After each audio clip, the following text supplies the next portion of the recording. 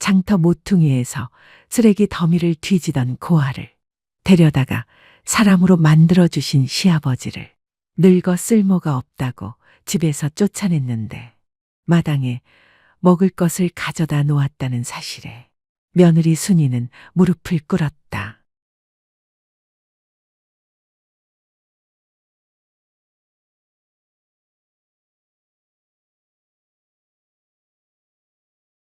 첫 번째 마당, 아버지의 회상. 그해 겨울은 유난히 일찍 눈이 왔다. 나는 처마 끝에 매달린 고드름을 바라보며 올해는 추위가 길게 가겠다고 생각했다. 사람이 나이를 먹으면 뼈로 날씨를 느끼게 된다. 무릎이 시큰거리고 손가락 마디마디가 뻣뻣해지고 새벽이면 이유도 없이 눈이 떠진다. 어쩌면 그건 몸이 아니라 마음이 먼저 추위를 타는 것인지도 몰랐다. 나는 오래전부터 내 집에서 쓸모없는 사람이 되어가고 있었다. 처음에는 작은 일부터였다. 밥상에서 내 자리가 조금씩 구석으로 밀려났다. 손자들이 어릴 때는 윗자리에 앉아 숟가락을 먼저 들었는데 어느 날부터인가 내 밥그릇은 자연스레 한쪽 귀퉁이에 놓였다. 아들 내외가 마주 앉고 손자들이 자리를 채우고 나는 늘 마지막이었다. 누가 말한 것도 아니었다.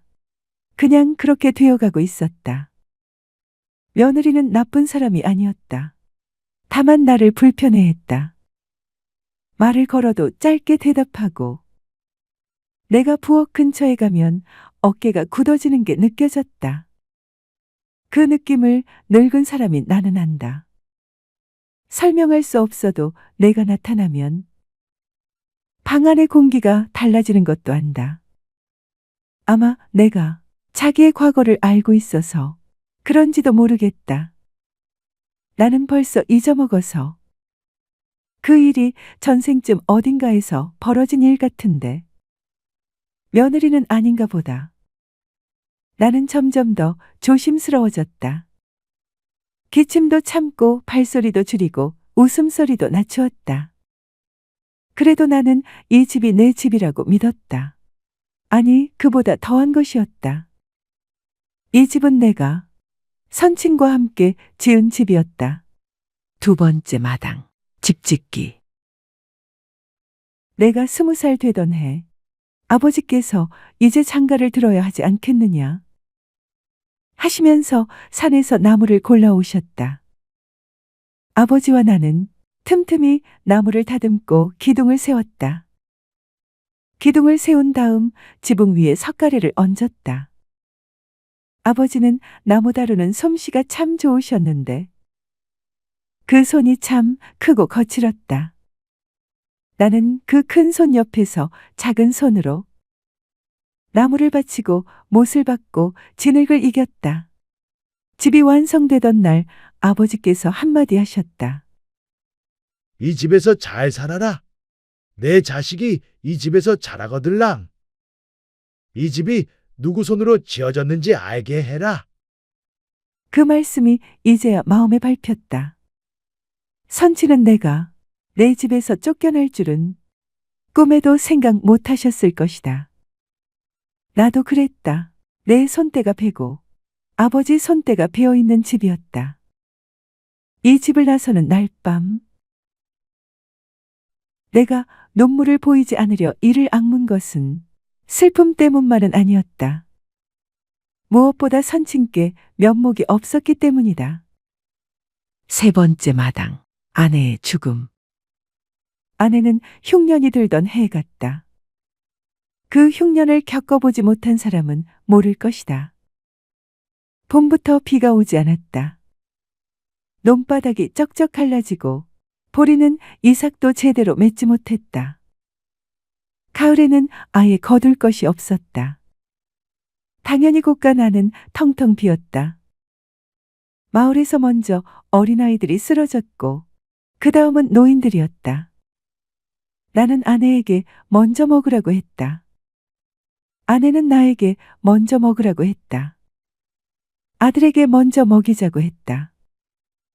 그렇게 서로 양보하다 보면 남은 것이 없었다. 아내는 보름이 지나도록 제대로 된 끼니를 못 챙겼다. 나는 몰랐다.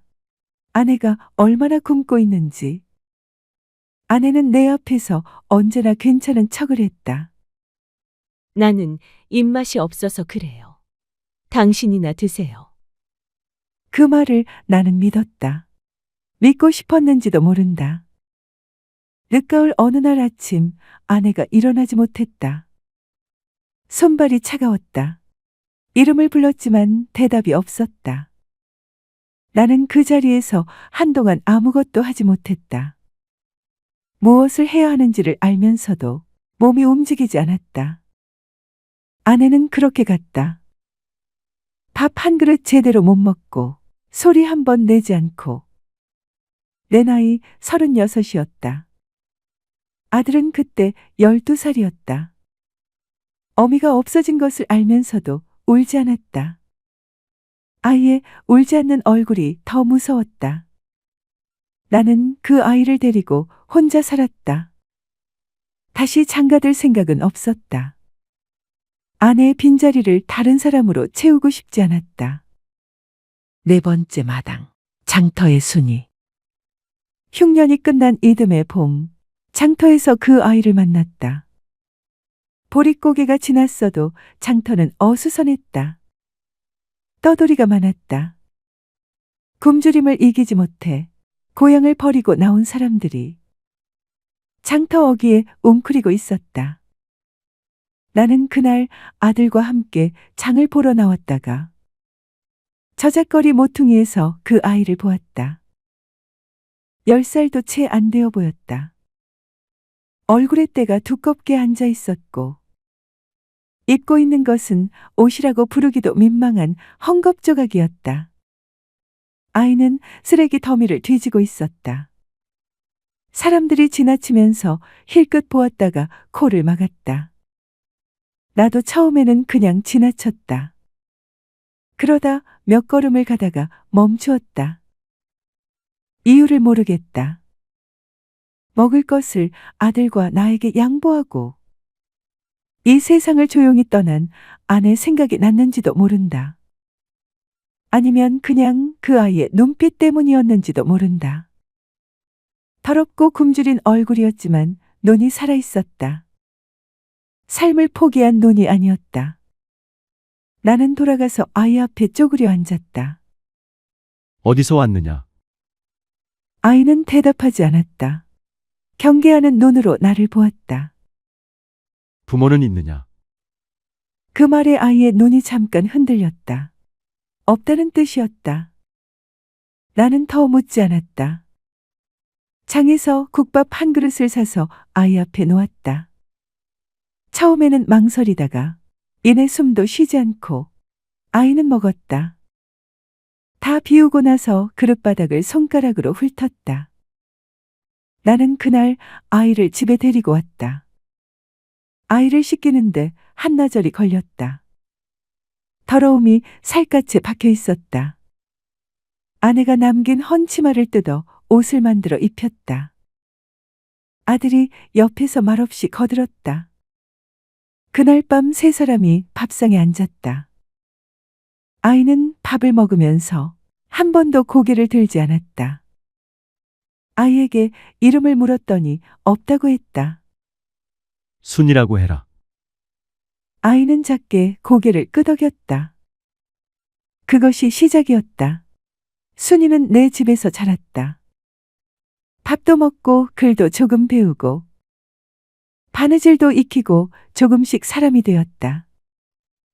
아들과 나이 차이가 2살이었다. 5번째 마당, 아들의 혼인. 내가 의식한 것은 아닌데 어느 해부터인가 순이와 아들이 서로를 보는 눈이 달라져 있었다. 나는 모른 척했다. 순이가 18이 되던 해 아들이 나에게 왔다. 아버지, 순이를 아내로 삼고 싶습니다. 나는 한참 아들을 바라보았다. 아들의 눈이 맑았다. 거짓이 없었다. 순이한테 먼저 물어봤느냐? 예, 순이가 뭐라 했느냐? 아들이 귀까지 붉어졌다. 나는 웃었다. 오랜만에 배꼽까지 웃은 것 같았다. 그날 저녁 순이를 불러 앉혔다. 순이는 고개를 들지 못하고 있었다. 나는 말했다. 이 집에 온 날부터 내 자식이었다. 앞으로도 그렇다. 순이가 고개를 숙이고 울었다. 소리 없이 오래 울었다. 나는 그 등을 가만히 두드렸다. 6번째 마당, 내 집에서 쫓겨나다. 쌀독이 바닥을 보였는가? 며느리가 뚜껑을 열었다가 닫는 소리가 들렸다. 그리고 잠시 후 아들을 불러 무언가 낮은 목소리로 이야기했다. 나는 마루에 앉아 그 소리를 듣고 있었다. 들리지 않는 척했지만 들렸다. 아들이 나를 불렀을 때 나는 이미 알고 있었다. 아버지, 잠깐. 아들의 손이 떨렸다. 그 손을 나는 오래 바라보았다. 사달은 아들이 냈다. 친구의 빚보증을 섰는데 친구가 야간 도주한 것이었다.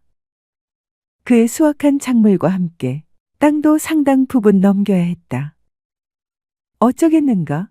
중마고우의 어려움을 참아보지 못해서 낸 일을. 착하고 여린 아들을 나무랄 수도 없었다. 어릴 때 아들의 작은 손을 잡고 장터를 걸었던 기억이 났다. 손이 참 작았는데 이제는 나보다 컸다. 손이 이렇게 크도록 키웠구나 싶었다. 며느리 쪽을 보지 않으려 했다. 보면 안 될 것 같았다. 순이는 내가 장터에서 데려온 아이였다. 내가 씻겨주고 먹여 키우고 이름을 지어준 아이였다. 그것을 내가 원망해서는 안 된다는 것을 알았다.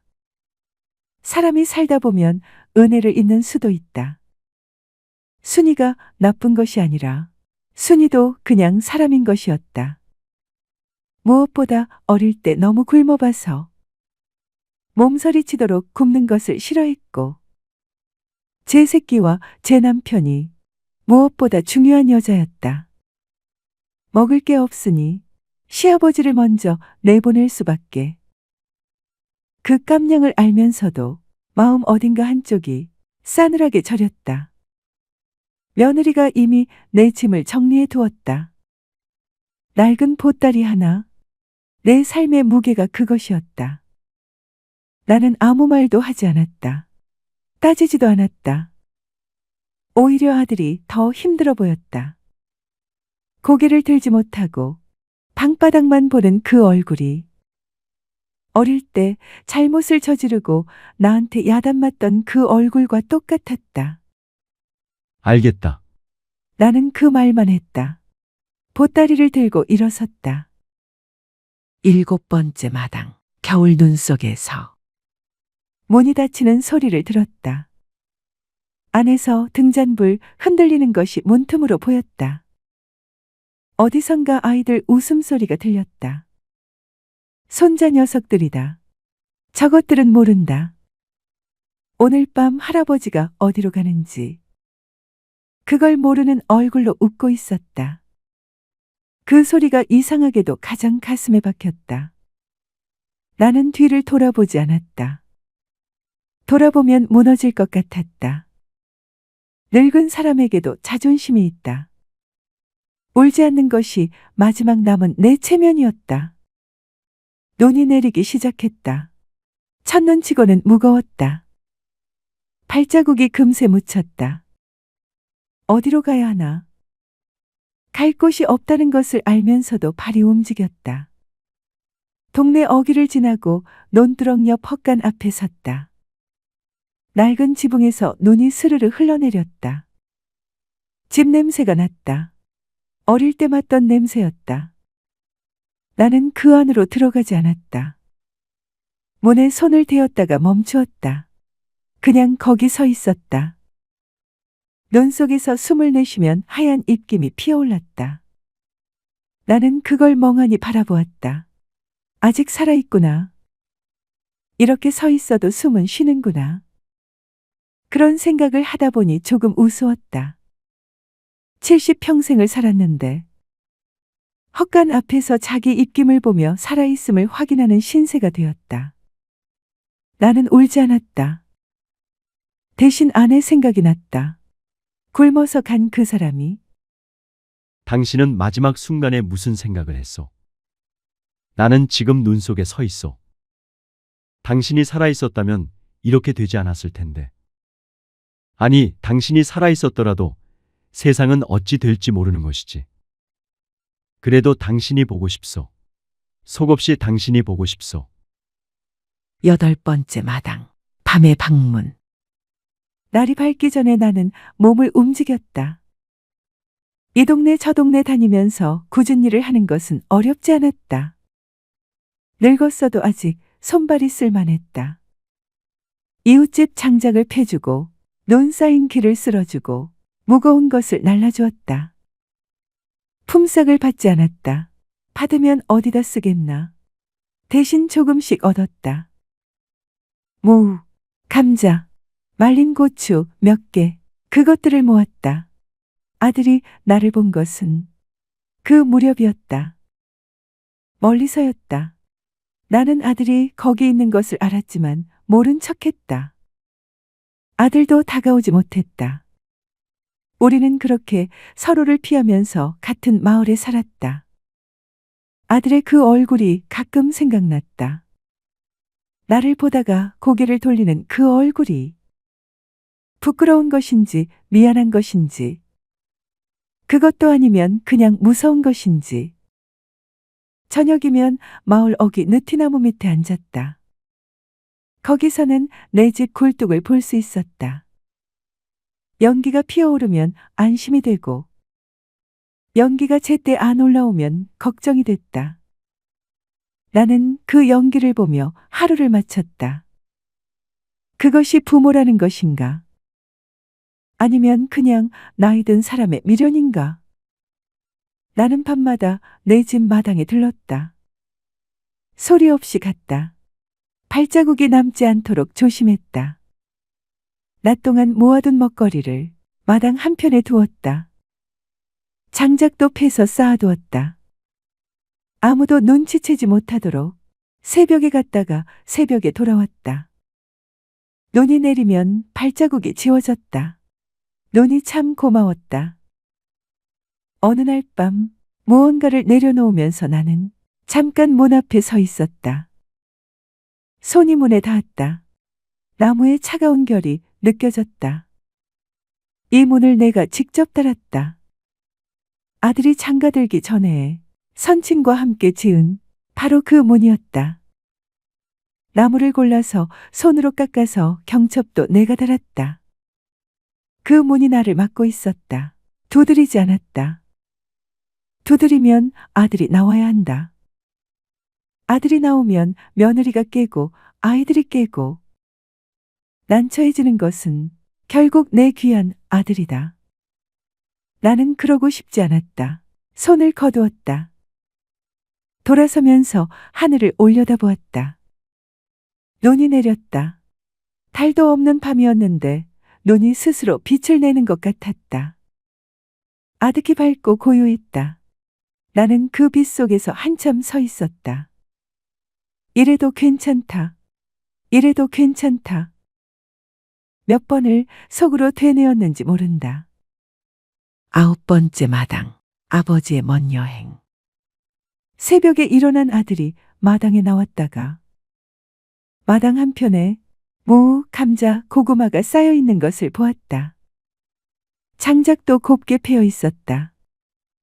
발자국은 없었다. 간밤에 눈이 내렸으니까. 아들은 한동안 그 자리에 서서 아무 말도 하지 못했다. 다음 날도 쌓여 있었다. 그 다음 날도. 며느리 순이도 결국 아무 말을 못했다. 처음에는 이상하다 했고 나중에는 무섭다 했다. 무언가 눈물이 차오르는 것 같은 얼굴이었다. 아들은 어느 날 하늘을 올려다보았다. 눈만 조용히 내리고 있었다. 그렇게 길고 긴 겨울을 무사히 보냈는데 마당 한편에 쌓이던 먹거리가 며칠째 끊겼다. 불길한 예감이 든 아들이 온 마을을 뒤졌다. 아버지를 찾았다. 이 마을, 저 마을, 언덕 너머, 장터 근처. 없었다. 이미 없었다. 이웃 동네 사람들이 말했다. 올겨울에 어디서 왔는지 모를 노인 한 분이 동네 일을 다 해주고 갔다고. 이름도 안 가르쳐 줬다고. 그냥 웃기만 했다고. 아들은 문 앞에서 무너졌다. 무릎이 꺾이고 이마가 땅에 닿았다. 눈물이 나오지도 않았다. 너무 늦었다는 것을 알았기 때문이다.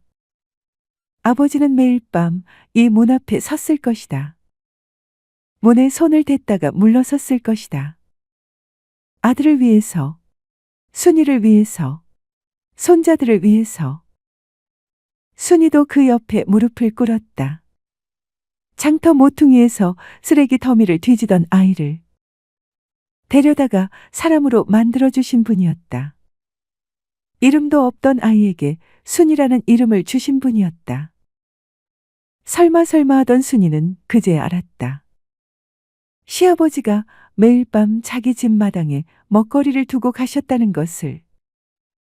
남아있는 가족에게 노인은 떠난 것이 아니었다. 끝까지 거기 있었다.